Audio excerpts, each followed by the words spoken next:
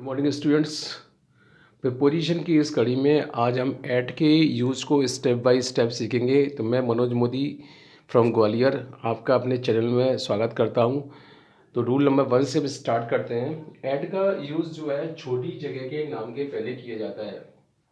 अगर जगह बड़ी है तो हम इनका यूज़ करते हैं, लेकिन अगर जगह छोटी है तब उस कंडीशन में उस जगह के नाम के पहले ऐट का यूज़ किया जाता है। जैसे पहला एग्जाम्पल लिखा हुआ है, ही लिव्स प्रेम नगर। प्रेम नगर मतलब एक ऐसी जगह है जो छोटी जगह है, कोई मोहल्ला टाइप का है, तब इस कंडीशन में हम यहाँ पर ऐड का यूज करेंगे। इन केस अगर यहाँ पे दिल्ली लिखा होता, आगरा लिखा होता, ग्वालियर लिखा होता, तब उस कंडीशन में हम इनका यूज करते। लेकिन चूंकि ये प्रेम नगर एक छोटी सी जगह है, इसलिए हमने यहाँ पे ऐड का यूज किया है। इसी तरीके से he lives Gandhinagar, he lives Gandhinagar, तो गांधीनगर भी क्या है, एक छोटी सी जगह है, तब यहाँ पे हम ऐड का यूज करेंगे। लेकिन अगर यहाँ गुजरात लिखा होता, मध्य प्रदेश लिखा होता, तब उस कंडीशन में हम वहां पर इनका यूज करते। तो ओवरऑल कहने का मतलब यह है, छोटी जगह के नाम के पहले ऐड का यूज किया जाता है, जबकि बड़ी जगह के नाम के पहले इनका यूज किया जाता है। अब रूल नंबर 2 की बात करते हैं। निश्चित समय और निश्चित समय बताने वाले शब्दों के नाम के पहले हम ऐड का यूज करते हैं।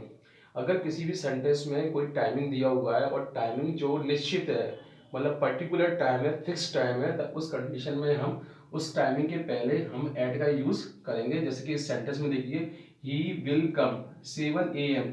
7 AM मतलब बिल्कुल राइट टाइम है, फिक्स टाइम है, निश्चित समय है, तब उस कंडीशन में हम यहाँ पर ऐड का यूज करेंगे। और इस सेंटेंस का मतलब ये है कि वो करेक्ट 7 बजे यहाँ पर आएगा, मतलब ना तो 7 बजे से पहले आएगा, ना 7 बजे के बाद आएगा, बिल्कुल ठीक 7 बजे यहाँ पर वो आएगा, इसलिए यहाँ पर ऐड लगा हुआ है। उसी तरीके से सेकंड एग्जाम्पल करते हैं, he will come end of the day, मतलब वो आएगा तो कब आएगा, एंड ऑफ द डे मतलब बिल्कुल दिन डे के बिल्कुल लास्ट में आएगा, मतलब बिल्कुल फिक्स टाइम है, तब ऐसी कंडीशन में हम एंड का यूज करेंगे।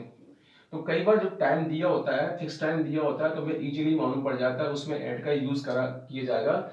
लेकिन कई बार हमें ये नहीं मालूम पड़ता कि टाइम निश्चित है या नहीं, लेकिन ये सेंटेंस में जरूर दिया होता है कि उसमें टाइमिंग कहीं ना कहीं पे मेंशन है, जैसे इसमें लिखा हुआ है एंड ऑफ द डे, लेकिन हमें ये श्योर नहीं हो रहा है कि यहाँ पे ऐड आएगा नहीं आएगा।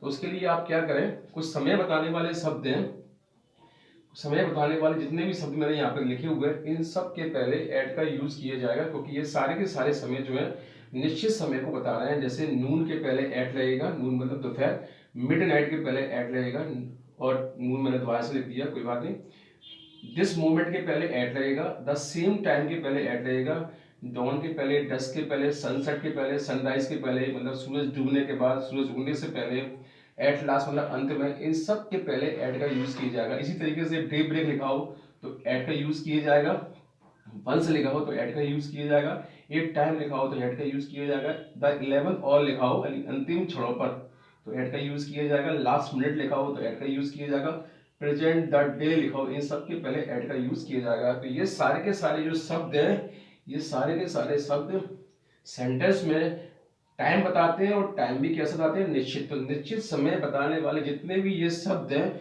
ये सारे के सारे शब्द आप अपने दिमाग में फीड कर लीजिए, याद कर लीजिए, क्योंकि ये एग्जाम में पूछे जाते हैं और ये बिल्कुल इंपॉर्टेंट वर्ड्स हैं जो कि एग्जाम में पूछे ही जाते हैं। तो इन सारे शब्दों के नाम के पहले हम ऐड का यूज करते हैं, क्योंकि ये सारे के सारे जितने भी वर्ड्स हैं, यानी कि जो शब्द हैं, ये सारे के सारे वर्ड्स निश्चित समय को बताते हैं। तो निश्चित समय के नाम के पहले या निश्चित समय बताने वाले शब्दों के नाम के पहले हम ऐड का यूज करेंगे। तो ये था रूल नंबर 2। हम बात करते हैं रूल नंबर 3 की। रूल नंबर 3 में ये लिखा हुआ है कि निश्चित जगह अगर होगी, कोई भी निश्चित जगह यानी कि कोई पर्टिकुलर जगह होगी और वहाँ पर हम हैं या वहाँ पर हमें पहुँचना है, तब उस कंडीशन में हम ऐड का यूज़ करेंगे। जैसे इस एग्जाम्पल में लिखा हुआ है कि वह घर पर है, यानी घर यानी कि निश्चित जगह है, तो यहाँ पे ऐड लग जाएगा, ही इज एट होम। इसी तरीके से वह रेलवे स्टेशन पर है, तो यानी कि यहाँ भी ऐड लग जाएगा, तो रेलवे स्टेशन एक फिक्स जगह होती है। उसी तरीके से मैंने कहा पेज नंबर 21 खोलिए, मतलब एक फिक्स निश्चित जगह पे आने के लिए मैंने कहा है आपसे, तो इस कंडीशन में भी यहाँ पे क्या लगेगा, ऐड लगेगा। तो ओवरऑल कहने का मतलब ये है कि ऐड का यूज निश्चित जगह पर जाने के लिए या पहुंचने के लिए किया जाता है, या बताने के लिए किया जाता है, चाहे वो होम हो, रेलवे स्टेशन हो या पेज नंबर 21 हो। अब रूल नंबर 4, कीमत बताने के लिए यानी कि कॉस्ट, वस्तु की क्या कीमत है ये बताने के लिए हम उस कीमत के नाम के पहले ऐड का यूज करेंगे। जैसे हमने कहा चावल जो है 40 रुपए पर केजी के हिसाब से बेचा जाता है, यानी कि ये इसकी कीमत लिखी हुई है, कीमत लिखी हुई है, तो यहाँ पे हम ऐड का यूज करेंगे। कीमत किसी चीज की भी लिखी हो और बताई गई हो सेंटेंस में, तो उस कीमत के नाम के पहले हम ऐड का यूज करेंगे। रूल नंबर 5, गति यानी कि स्पीड। जब भी हम स्पीड बताएंगे, चाहे हम अपने जो हम व्हीकल हम ड्राइव कर रहे हैं उसकी स्पीड बताएं या किसी जानवर की स्पीड बताएं, जैसे घोड़ा यहाँ पूरी स्पीड से भागा यानी कि फुल स्पीड से भागा, तो उस कंडीशन में यह ऐड का यूज करेंगे। और उसने जो कार को जो ड्राइव किया 80 किलोमीटर पर आवर की स्पीड से ड्राइव किया, यानी कि यहाँ इसकी स्पीड दी है, तो इस कंडीशन में यहाँ पे ऐड का यूज करेंगे। तो गति यानी गति लिखी हो तो उस कंडीशन में ऐड का यूज हमें करना है। अस्थायी कार, रूल नंबर 6, अगर कोई वर्क जो हमारे लिए कैसा टेम्परेरी है, मतलब परमानेंट नहीं है, वो काम हमारा फिक्स नहीं है, तो उस काम को बताने के लिए हम ऐड का यूज करते हैं। जैसे हमने कहा वो काम पर जाता है, यानी कि उसका काम जो है, वर्क जो है परमानेंट नहीं है, तो उस कंडीशन में इसको ऐसे बोला जाएगा ही इज एट वर्क। लेकिन अगर इसी सेंटेंस को इस तरह से लिख दिया जाए ही इज इन वर्क, तो इसका मतलब ये है कि उसकी जॉब जो है परमानेंट है। चूंकि अगर हमने यहाँ पर ऐड का यूज किया है, तो ऐड का यूज करने का मतलब ये है कि उसका जो वर्क है वो परमानेंट नहीं है। तो ओवरऑल अस्थायी कार पाने के लिए भी ऐड का यूज किया जाता है। तो किसी रूल नंबर 7, अगर किसी कार्य यानी वर्क में यदि आपको प्रोग्रेस यानी कि प्रगति बतानी होगी तो ऐड का यूज करेंगे, लेकिन जबकि अगर कार्य में कमी यानी कि वीकनेस बतानी होगी तो उस कंडीशन में इनका यूज किया जाएगा। For example he is good mathematics, यहाँ मैथ में वो अच्छा है, यानी कि कार्य में क्या प्रोग्रेस है, तो ऐड का यूज करना है। और अगले एग्जाम्पल में लिखा हुआ है ही इज वीक इंग्लिश, अब वो इंग्लिश में कैसा है, वीक है यानी कमजोर है यानी कमी है, तो इस कंडीशन में इनका यूज किया जाएगा। इसी तरीके से ही इज गुड म्यूजिक में म्यूजिक में अच्छा है, प्रगति है, प्रोग्रेस है, तो इसलिए यहाँ पे ऐड का यूज किया जाएगा। तो ओवरऑल प्रगति के लिए आपको ऐड का यूज करना है और कमी के लिए आपको इनका यूज करना है। रूल नंबर 8, अराइव के साथ आप देखेंगे कि अराइव के साथ ऐड भी आता है, इन भी आता है। और अराइव का मतलब होता है पहुंचना, दोनों ही केस में अराइव का मतलब होता है पहुंचना। अराइव के बाद ऐड भी आएगा, अराइव के बाद इन भी आएगा। आपको ये याद रखना है कि अराइव के बाद यदि टाइम लिखा हुआ है, फिक्स टाइम लिखा हुआ है, तो ऐड आएगा, और अराइव के बाद यदि कोई जगह का नाम दिया हुआ है तो इन आएगा। For example he arrived at 7 o'clock, यानी कि वो 7 बजे पहुंचा। ही अराइव्ड इन द होटल में, होटल में पहुंचा। तो यदि अराइव का यूज यदि प्लेस के लिए किया गया तो इन लगाना, और अराइव का यूज यदि टाइमिंग के लिए किया गया तो ऐड लगाना है। कुछ ऐसे वर्ड भी हैं जिनके साथ ऐड का यूज फिक्स है, तो वो वर्ड कंपटीशन में और एग्जाम में पूछे जाते हैं, चाहे बोर्ड का एग्जाम हो चाहे कॉम्पिटिटिव एग्जाम हो। तो आपको ये वर्ड भी याद रखना है कि नॉक के बाद हमेशा ऐड आता है, जिसका मतलब होता है खटखटाना।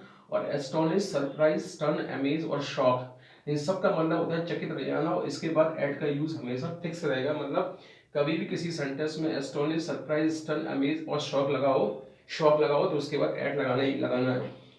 इसी तरीके से लाफ के बाद ऐड आएगा, लुक के बाद ऐड आएगा। लुक एट का मतलब होता है ध्यान से देखना, एम एट का मतलब होता है लक्ष्य बनाना, राइट। जैसे फॉर एग्जांपल मैं समझा दूं आपको क्या कहना चाहता हूं मैं। मान लीजिए मैंने एक एग्जांपल इस तरह से लिखा है, ही सरप्राइज्ड और लिखा हुआ this news, right, this news.